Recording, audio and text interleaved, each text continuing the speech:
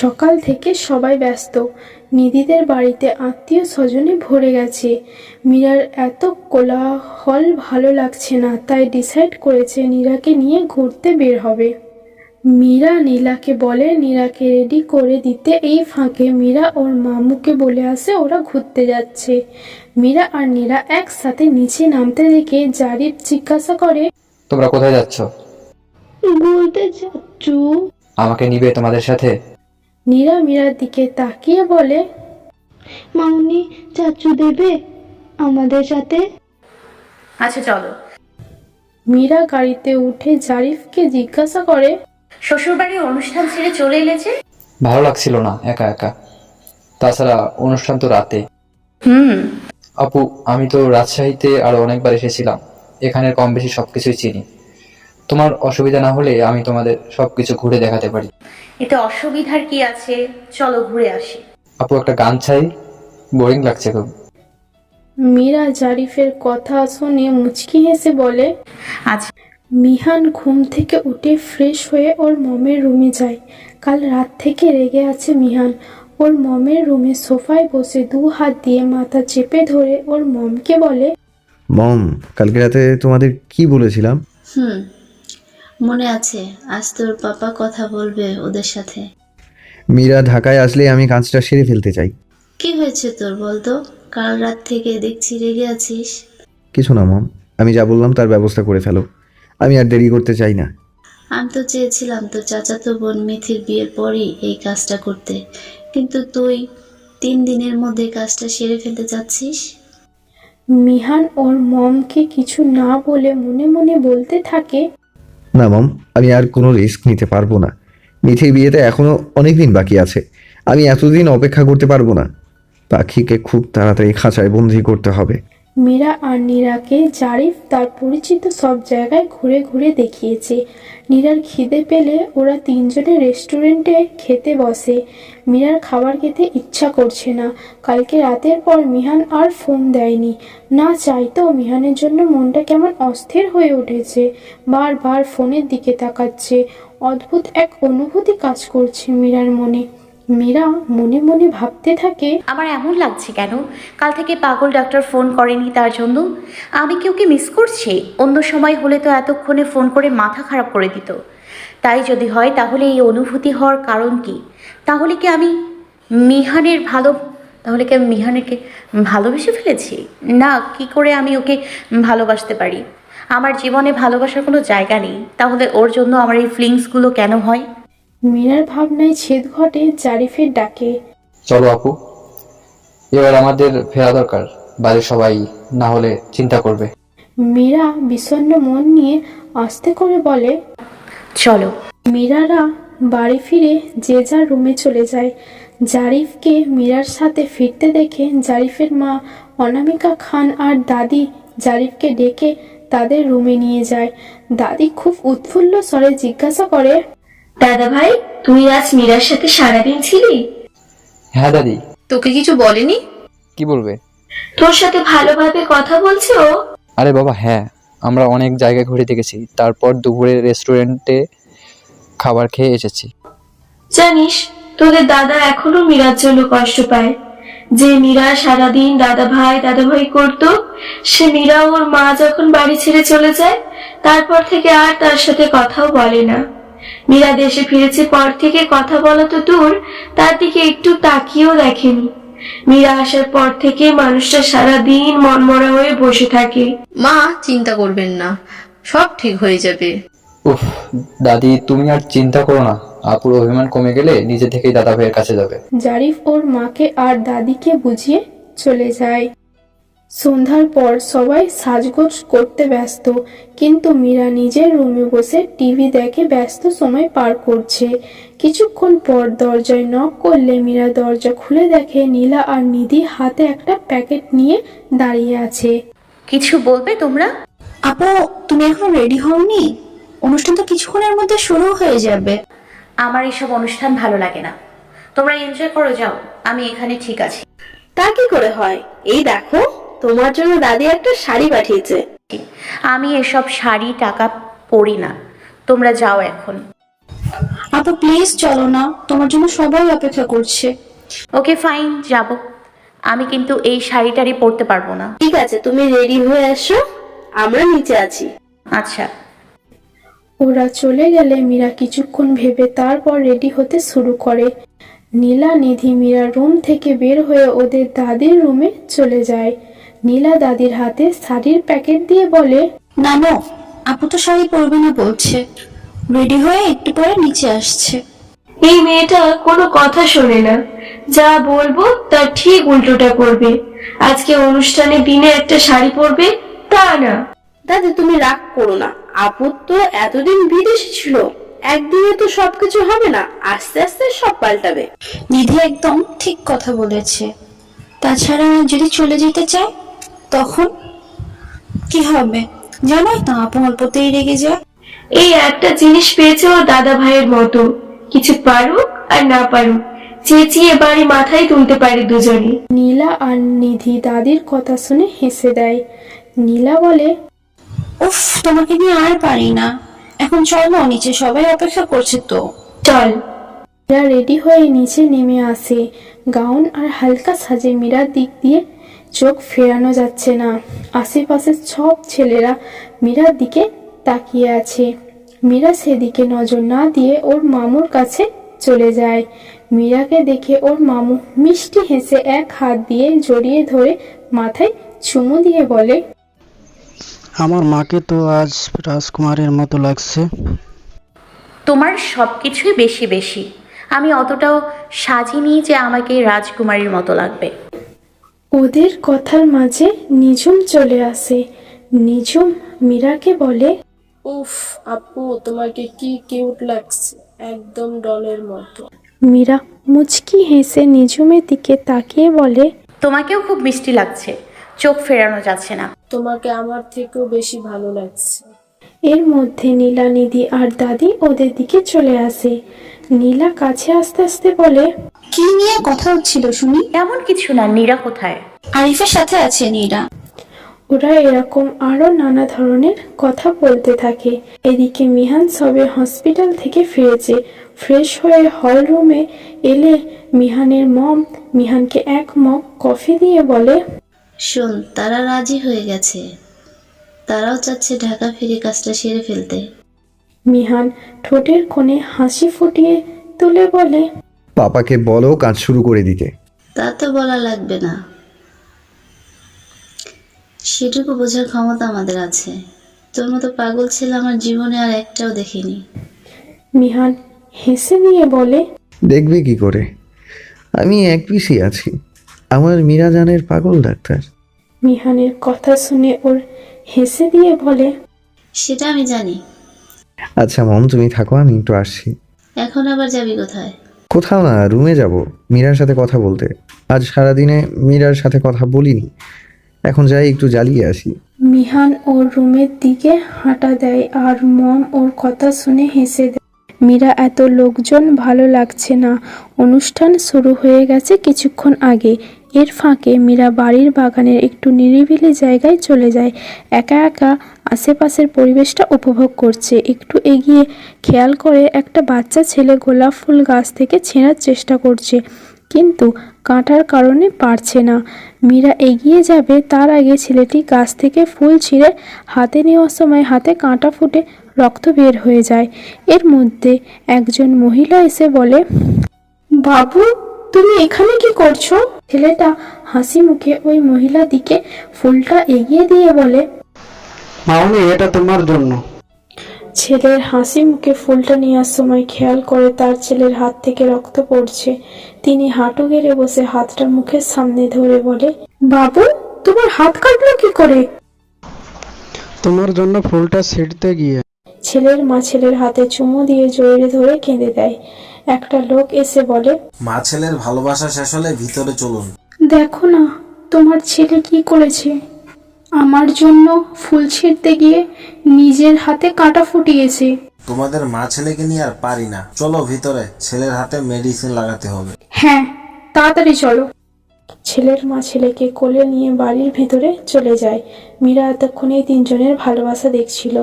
ওরা চলে গেলে মীরা চোখ দিয়ে পানি পড়তে শুরু করে।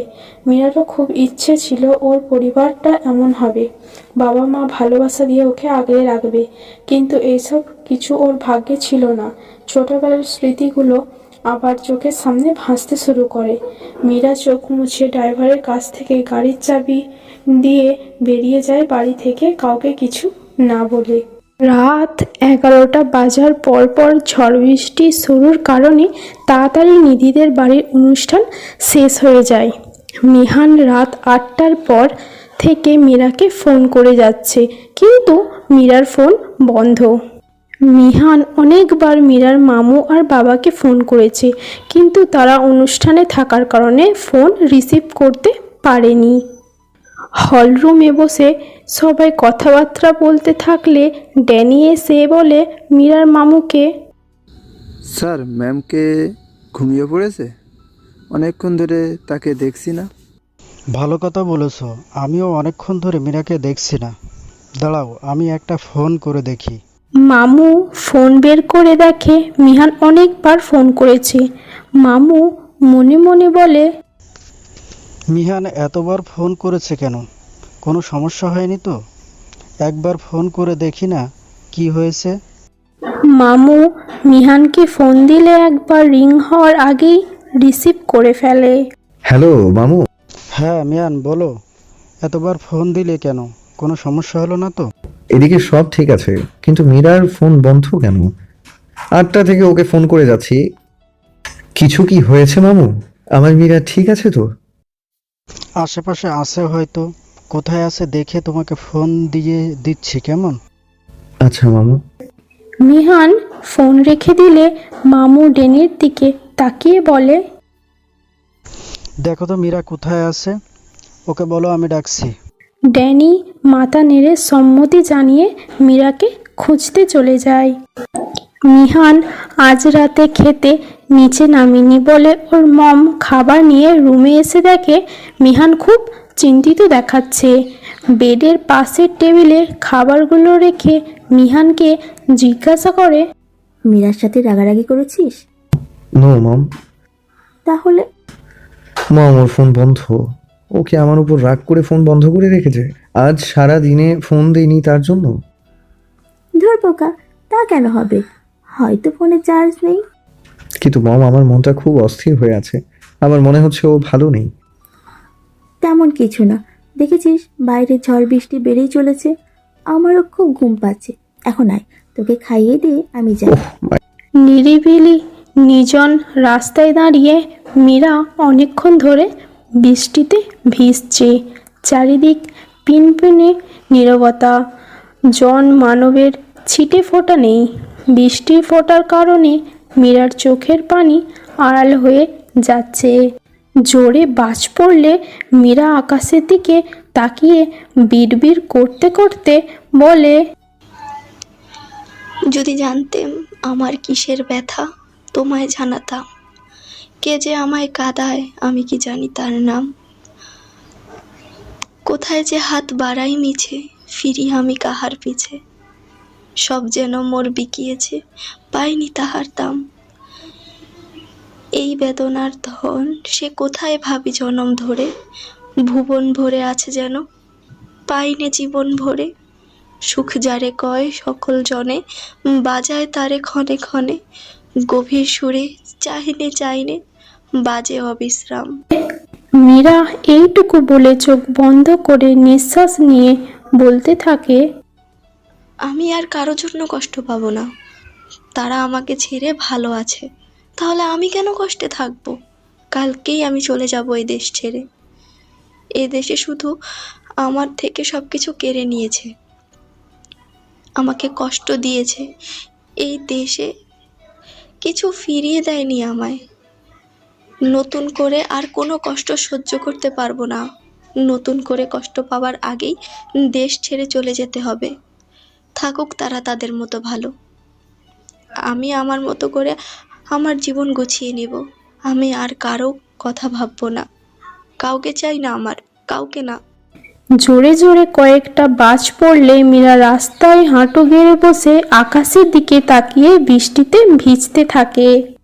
অনামিকা অনেক রাত হওয়ার কারণে সবাইকে ঘুমোতে পাঠিয়ে দেয়। হলরুমে অনামিকা, মীরার বাবা, মামু, ফুপ্পি, আরিফ, বিজয় আর নিপা বসে আছে। অনেকক্ষণ পর ড্যানি এসে মীরার মামুর কাছে। ড্যানি বৃষ্টিতে পুরো ভিজে গেছে। মামু ড্যানিকে দেখে বলে, সেই কখন পাঠালাম তোমাকে, আর তুমি এখন এলে? সরি স্যার, মীরা ম্যামকে কোথাও খুঁজে পাইনি। খুঁজে পাইনি মানে কি? ভালো করে খুঁজে দেখো। মীরা ম্যাম পার্টি শুরু হওয়ার পর ড্রাইভারের কাছ থেকে চাবি নিয়ে গাড়ি নিয়ে বেরিয়ে যায়।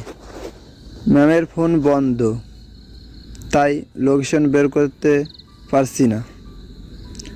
আমি গাড়ি নিয়ে আশেপাশে খুঁজে দেখেছি, কিন্তু ঝড় বৃষ্টির মাঝে বড় রাস্তায় একটা গাছ পড়েছে, তাই গাড়ি নিয়ে বেশি দূরে যেতে পারিনি।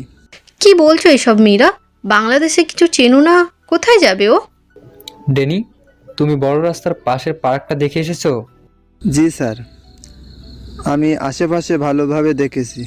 আমার মনে হয় মীরা বৃষ্টির কারণে কোথাও আটকে আছে।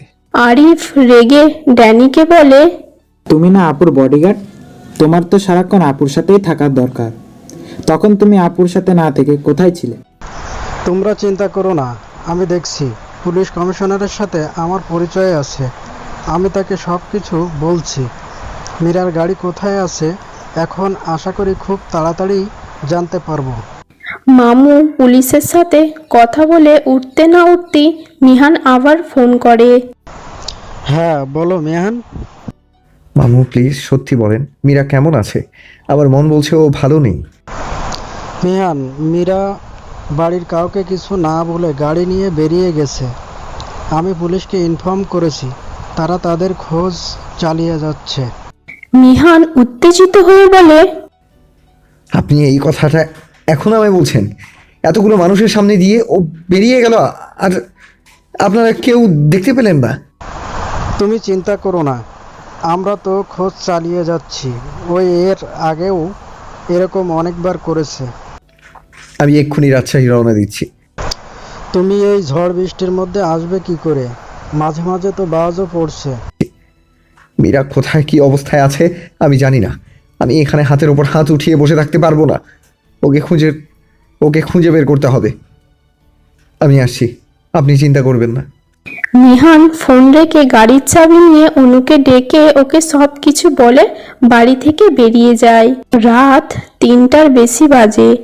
মীরার অনেকক্ষণ বৃষ্টিতে ভিজা কাপড়ে ড্রাইভ করে খানবাড়িতে আসে। ততক্ষণে মীরার গায়ের ভিজা কাপড় গায়ে শুকিয়ে যায়। অনেকবার ডোরবেল বাজার পর রুমা এসে দরজা খুলে দেয়। রুমা অবাক কণ্ঠে মীরাকে বলে, আপা আপনি এত রাতে এখানে? বাড়ি আর সবাই কই? মীরা ভাবলেশীন ভাবে উত্তর দেয়, পাখিরা বোধহয় বাসায় ফেরার প্রস্তুতি নিচ্ছে। কি বলছেন আপা?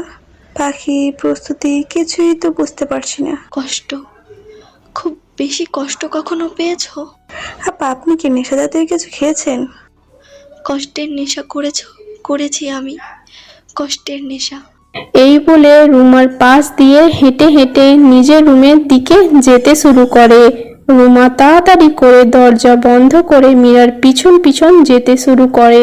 মীরা তাচ্ছিল্য স্বরে আবারও সেই কথাটা বলতে বলতে মাতালের মতো হেঁটে চলেছে। যদি জানতেম আমার কিসের ব্যথা, তোমায় জানাতাম। কে যে আমায় কাঁদায় আমি কি জানি তার নাম। কোথায় যে হাত বাড়াই মিছে, ফিরি আমি কাহার পিছে। সব যেন মোর বিকিয়েছি, পাইনি তাহার দাম। এই বেদনার ধন সে কোথায় ভাবি জনম ধরে। ভুবন ভরে আছে যেন, পাইনি জীবন ভরে। সুখ যারে কয় সকলে জানে, সকল জনে বাজায় তারে ক্ষণে ক্ষণে। গভীর সুরে চাইনে বাজে অবিশ্রাম। মীরা এইটুকু বলতে বলতে নিজের রুমে গিয়ে দরজা বন্ধ করে দেয়। রুমা কি করবে ভেবে পাচ্ছে না। মীরার ভাবগতি রুমার ভালো ঠেকছে না। রুমা আর কিছু না ভেবে ও রুমে গিয়ে অনামিকাকে ফোন করে। কি রে রুমা, এত রাতে ফোন দিলি? সব ঠিক আছে তো? আমা মীরা আপা, অনামিকা মীরার নাম শুনে উত্তেজিত হয়ে বলে, হ্যাঁ বল মীরা, কি? আম্মা, একটু আগে মীরা আপা বাড়ি এসেছে। পাগলের মতো কি সব বলছে। পাখির বাসা, কষ্ট, কষ্টের নেশা কি সব বলছে। আবার একা একা কবিতাও বলছে। নিজেও রুমের দরজা বন্ধ করে আছে। আমি কি করবো কিছুই বুঝতে পারছি না আম্মা। কি বলছিস এসব? আম্মা, আমার খুব ভয় করছে। ভয় পাস না, আমরা তাড়াতাড়ি ফিরে আসছি। রাখি এখন, ওর দিকে খেয়াল রাখিস। অনামিকা ফোন রেখে তার স্বামীকে সব কথা খুলে বলে। তারা দুইজনে যায় মীরার মামুর রুমে। মীরার মামু ফোনে কার সাথে কথা বলছিল ওদের দেখে ফোন রেখে বলে, কিছু বলবি? মিহান ফোন করেছিল, ও ঢাকার বাইরে চলে এসেছে, সকালের আগেই পৌঁছে যাবে। ফাহিম মীরা খান বাড়িতে একটু আগে সেখানে গেছে। রুমা বলল ও কেমন পাগলের মতো ব্যবহার করছে। আমাদের তাড়াতাড়ি রওনা দিতে হবে। কি বলছিস? এখন কি হবে? আমারও তো তাই ভাবছি। রুমাকেও বলেছি মীরার খেয়াল রাখতে। এখন আমাদেরও যত তাড়াতাড়ি সম্ভব ফিরে যেতে হবে। মামু কিছুক্ষণ ভেবে মীরার বাবাকে বলে, মিহান তো ঢাকার কাছেই আছে, ওকে ফোন করে বলি। মিহানই পারবে মীরাকে সামলাতে। ভাইয়া, আপনি তাই করুন, মিহানকে ফোন করুন। কিন্তু মীরার হঠাৎ করে কি হলো? অনুষ্ঠান ছেড়ে চলে গেল কেন? মিহানেও তো অনেক সময় লাগবে পৌঁছাতে। সেসব কিছু পরে ভাবা যাবে। এখন ভাইয়া আগে মিহানকে ফোন করে নিক। হ্যাঁ, তাই করছি। মামু মিহানকে ফোন করে সব কিছু খুলে বলে। মিহানও তাড়াতাড়ি করে গাড়ি ঘুরিয়ে নেয়। না জানি মিহানের মীরা এখন কেমন আছে। মামু মিহানের সাথে কথা বলে ড্যানিকে সব ব্যবস্থা করে ফেলতে বলে। ওরা কাল সকালে বেরিয়ে যাবে। মীরা শাওয়ার নিয়ে ভেজা চুল না শুকিয়ে বেডে বসে মাথা চেপে ধরে বলে, উফ, এই মাথাটাও কষ্ট দিতে শুরু করেছে। আমাকে কি সবাই কষ্ট দিতেই ভালো লাগে? আমার উচিত হয়নি বাংলাদেশে আসা। আবার পুরনো ক্ষতগুলো অসহ্য ব্যথা শুরু করেছে। আর কয়েক ঘন্টা পর তারপর আমি চলে যাব এখান থেকে। এখানে থাকলে আমি এই যন্ত্রণা সহ্য করতে পারবো না, না পেরে মরে যাব। মাথাটা খুব ব্যথা করছে, এখন কিছুক্ষণ ঘুমিয়ে নেই। মীরা মাথায় যন্ত্রণা আস্তে আস্তে ঘুমিয়ে পড়ে। ভোর 5টায় পৌঁছায় খান বাড়িতে মিহান। ভোরের আলো ভালোভাবে এখনো ফোটেনি। ডোরবেল বাজালে রুমা ঘুম ঘুম চোখে দরজা খুলে দেয়। রুমা কিছু বলার আগে মিহান বলে, মীরা কোথায়? ভাইজান, আপনি এসেছেন? আপা কাল অনেক রাতে এসেছে। থেকে কেমন পাগলের মতো ব্যবহার করছে, যেন মনে হয় নেশা করে আছে। কিসব বলছিল পাখির ভাষা, কষ্ট, কষ্টের নেশা, আবার একা একা কবিতাও বলছে। তারপর নিজের রুমে দরজা বন্ধ করে আছে। আচ্ছা চলো, আমি দেখছি। চলেন ভাইজান। মিহান আর রুমা মীরার রুমের দরজা নক করে যাচ্ছে, কিন্তু মীরা দরজা খুলছে না। মীরা, কি হলো? অনেকক্ষণ ধরে তো রাখছি, এবার দরজা খুলো। ভাইজান, আপা কিছু করে ফেলেনি তো? মিহান রুমার কথা শুনে ধমক দিয়ে বলে, কি আজে বাজে কথা বলছো? একদম চুপ করে থাকো। মিহানের ধমক শুনে রুমা চুপ হয়ে যায়। মিহান আরো 2-3 বার মীরাকে ডাকে, কিন্তু মীরার কোনো সাড়া শব্দ নেই। মিহান আর না পেরে রুমাকে বলে, এই রুমের ডুপ্লিকেট চাবি কোথায় জানো? আমি তো জানি না ভাইজান। দেখি তাহলে, পাশে সরো, দরজা ভাঙতে হবে। রুমা পাশে সরলে মিহান 2-3টা ধাক্কা দিয়ে দরজা ভেঙে ফেলে। মিহান তাড়াতাড়ি করে রুমে ঢুকে দেখে মীরা বেডে শুয়ে আছে। মিহান মীরার গালে হাত দিয়ে ডাকতে গেলে চমকে ওঠে, বলে, ওহ মাই গড, জ্বরে তো গা পুড়ে যাচ্ছে। মিহান মীরার মাথায় হাত দিয়ে পরীক্ষা করে রুমার দিকে তাকিয়ে বলে, তুমি 1 বোতল পানি আর একটা রুমাল নিয়ে এসো। জি ভাইজান, আমি এখনই আনছি। রুমা চলে গেলে মিহান ফোন বের করে ওর মমকে ফোন করে। কিরে মিহান, এত সকালে এক রুম থেকে আরেক রুমে ফোন দিচ্ছিস যে? মম, আমি বাড়িতে নেই। তাহলে কোথায়? মম, আমি খান বাড়িতে। তুমি এখনই একটু খান বাড়িতে আসতে পারবে? কেন, কি হয়েছে? মম, মীরার ভীষণ জ্বর, কোনো সেন্স নেই। এর আগে আমি অনেক পেশেন্ট দেখেছি, কিন্তু আজ আমার খুব ভয় করছে মম। আমার মীরার কিছু হলে আমি বাঁচবো না মম। ওর উজ্জ্বল চেহারাটা কেমন ফ্যাকাশে হয়ে গেছে। তুই উত্তেজিত হোস না, আমি এখনই আসছি। আচ্ছা মম, তাড়াতাড়ি এসো। মিহান ফোন রেখে দেখে রুমা পানি নিয়ে চলে এসেছে। তারপর মীরার মাথায় হাত বুলিয়ে জল পট্টি দিতে শুরু করে।